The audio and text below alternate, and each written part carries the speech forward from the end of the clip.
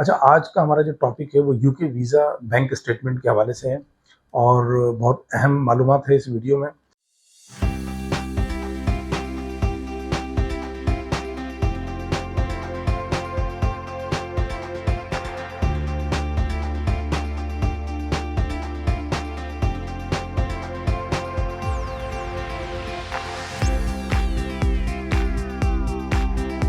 बिस्मिल्लाहिर्रहमानिर्रहीम। अस्सलाम वालेकुम। I am Shahryar from Gulf Star Visa Consulting Travel and Tourism Services. We are located at Karachi, Pakistan. उम्मीद करता हूँ आप ठीक होंगे। अच्छा, आज का हमारा जो टॉपिक है वो यूके वीज़ा बैंक स्टेटमेंट के हवाले से है और बहुत अहम मालूमात है इस वीडियो में। आप वीज़ा अप्लाई करने से पहले ये वीडियो लाजमी देखें। देखें, यूके का जो वीज़ा है वो डिपेंड करता है आपके फाइनेंशियल्स के ऊपर, ठीक है ना। मैंने पहले भी कई वीडियो में ये चीज़ बताई है आपको, लेकिन आज हम स्पेसिफिक बात करेंगे बैंक स्टेटमेंट के ऊपर। तो बैंक स्टेटमेंट आपकी कैसी होनी चाहिए जिससे आपका वीज़ा 100% अप्रूव हो सकता है। बैंक स्टेटमेंट में आपके यूके वीज़ा में बैंक स्टेटमेंट आपकी ऑर्गेनिक होनी चाहिए, ठीक है ना। हमारे बहुत सारे क्लाइंट हैं, हमारे पास सवालात आते हैं, हमारी ऑडियंस है, हमारे क्लाइंट आते हैं और काफ़ी बड़े बड़े बिजनेसमैन हैं, मगर उनकी जो बैंक स्टेटमेंट है वो यूके वीज़ा के हवाले से नहीं ठीक होती, जिसकी वजह से उनको रिजेक्शन का सामना करना पड़ता है। अब वो पेमेंट्स मतलब पर्सनल अकाउंट में, बिजनेस अकाउंट में मतलब पेमेंट्स आ रही हैं, जा रही हैं और वो कोई मतलब उनकी जस्टिफिकेशन नहीं है। तो आप इस तरह की अगर आपकी स्टेटमेंट है तो आप हरगिज़ वीज़ा अप्लाई ना करें, आपको रिजेक्शन का सामना करना पड़ सकता है। तो आपको बैंक स्टेटमेंट अपनी जो आपकी होनी चाहिए, एक तो ऑर्गेनिक होनी चाहिए। देखिए, बैंक स्टेटमेंट बनाई नहीं जाती है, बैंक स्टेटमेंट ऑटोमेटिकली बनती है, ठीक है ना। बैंक स्टेटमेंट आपकी ऑर्गेनिक होती है, उसमें आपकी मतलब ऐसी पेमेंट्स नहीं आनी चाहिए जो आप उसको जस्टिफाई नहीं कर सकते, ठीक है ना।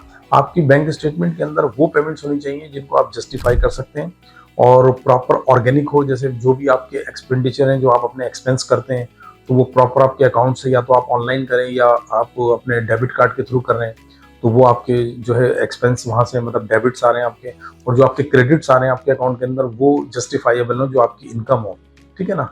तो वो आपको बड़ा इस पे ख्याल रखना पड़ेगा, क्योंकि यूके का वीज़ा जो टोटल बेस करता है वो आपके फाइनेंशियल्स पे, आपकी बैंक स्टेटमेंट, और भी उसमें चीज़ें हैं। आपके जो होम टाइज़ हैं वो मैं पहले वीडियो पे सारा बता चुका हूँ कि आपके सोशल टाइज़ हैं, होम टाइज़ हैं, आपको कवर लेटर पे भी तवज्जो देनी है, लेकिन आज हम उन चीज़ों पे बात नहीं करेंगे। आज हम स्पेसिफिक बैंक स्टेटमेंट पे बात करेंगे। और देखें, बैंक स्टेटमेंट आपको इस चीज़ को अंडरस्टैंड करना पड़ेगा कि आप यूके का वीज़ा जो है ना वो डॉक्यूमेंट बेस्ड वीज़ा है और उसमें आपके फाइनेंशियल्स को वीज़ा ऑफिसर जो है वो बहुत डीपली चेक करते हैं। वो आपकी फाइनेंशियल स्टेबिलिटी देखते हैं कि आप अपनी होम कंट्री के अंदर फाइनेंशियल कितने स्टेबल हैं।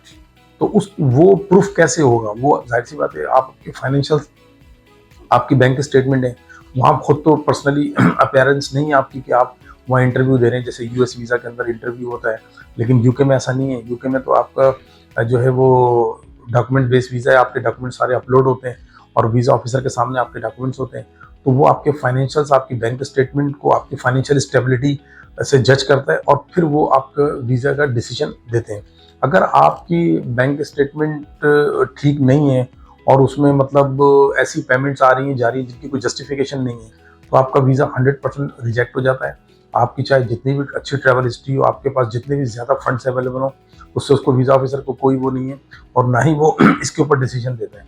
वो डिसीजन आपके फाइनेंशियल्स, आपकी बैंक स्टेटमेंट बहुत इंपॉर्टेंट है। तो आपको ये समझना होगा, अगर आप खुद अंडरस्टैंड करते हैं, जैसे मतलब नॉर्मल एक बैंक स्टेटमेंट, आप कोई भी बिजनेसमैन है या जॉब होल्डर है, उनको पता है कि बैंक स्टेटमेंट जो उनके पास पेमेंट्स आ रही हैं और जो पेमेंट्स उनके पास से जा रही हैं वो जस्टिफाइबल हों, ठीक है ना। तो वो अगर अनजस्टिफाइबल है तो वो आपके लिए प्रॉब्लम है और आप उसको अगर प्रूफ नहीं कर सकते तो आपका वीज़ा रिजेक्ट हो जाएगा। अगर आप अपनी बैंक स्टेटमेंट ऑर्गेनिक बनाते हैं, अपनी मतलब उसको प्रॉपर तरीके से आप उसको केयरफुली चेक करते हैं और आप अपने डेबिट्स और क्रेडिट्स प्रॉपर रखते हैं जिसको कि आप प्रूफ कर सकते हैं, तो आपका वीज़ा 100% यूके का अप्रूव हो जाता है। और अगर इसमें आपने ज़रा सी भी गलती करी है तो आपका वीज़ा रिजेक्ट हो सकता है। तो आपने इन चीज़ों का ख्याल रखना है कि बैंक स्टेटमेंट आपकी जो है वो प्रॉपर होनी चाहिए और वो जस्टिफाइबल होना चाहिए, ताकि वो आपको किसी किस्म का वीज़ा ऑफिसर को डाउट ना है। अगर आपकी फाइनेंशियल स्टेबिलिटी आपकी बैंक स्टेटमेंट शो करती है तो आप यकीनन आपको जो है ना पॉजिटिव रिजल्ट मिलते हैं। तो ये हमारी आज की वीडियो का टॉपिक था और मैं उम्मीद करता हूँ कि आपने अच्छी इन्फॉर्मेशन गैदर की होगी। और अगर आपको इस हवाले से कोई भी किसी किस्म की कन्फ्यूजन है तो आप किसी एक्सपर्ट से रब्ता कर सकते हैं, जो भी वीज़ा कंसल्टेंट एक्सपर्ट है, उसको आप जाके बताएँ, अपनी बैंक स्टेटमेंट दिखाएँ और अपने बाकी तमाम डॉक्यूमेंट दिखाएँ कि मैं एलिजिबिलिटी क्राइटेरिया में आता हूँ या नहीं आता हूँ, ठीक है ना? अगर आप खुद समझते हैं तो अच्छी बात है, अगर आप खुद नहीं समझते तो आप ज़रूर कंसल्ट करें और उसके बाद ही अपना वीज़ा अप्लाई करें। हमारी सर्विसेज़ भी अवेलेबल हैं, अगर आप हम हमारी सर्विसेज़ लेना चाहते हैं तो आप हमें रब्ता कर सकते हैं, हमारे ऑफ़िस विज़िट कर सकते हैं। हम आपकी एलिजिबिलिटी क्राइटेरिया चेक करेंगे और देन अगर आप एलिजिबिलिटी क्राइटेरिया में आ रहे होंगे तो वीज़ा आपका प्रोसेस करेंगे। अगर आप एलिजिबिलिटी क्राइटेरिया को मीट नहीं कर रहे होंगे तो फिर हम आपको एलिजिबिलिटी क्राइटेरिया में लाएँगे। उसके लिए थोड़ा-सा वक़्त दरकार होता है और उसके बाद आपका वीज़ा अप्लाई करेंगे तो इंशाअल्लाह ताला आपको पॉज़िटिव रिज़ल्ट मिलेंगे। तो अब मैं इजाज़त चाहता हूँ और इस दुआ के साथ इजाज़त है कि अल्लाह ताला हमें और आपको अपने हिफ्ज़-ओ-मान में रखे। अस्सलाम वालेकुम।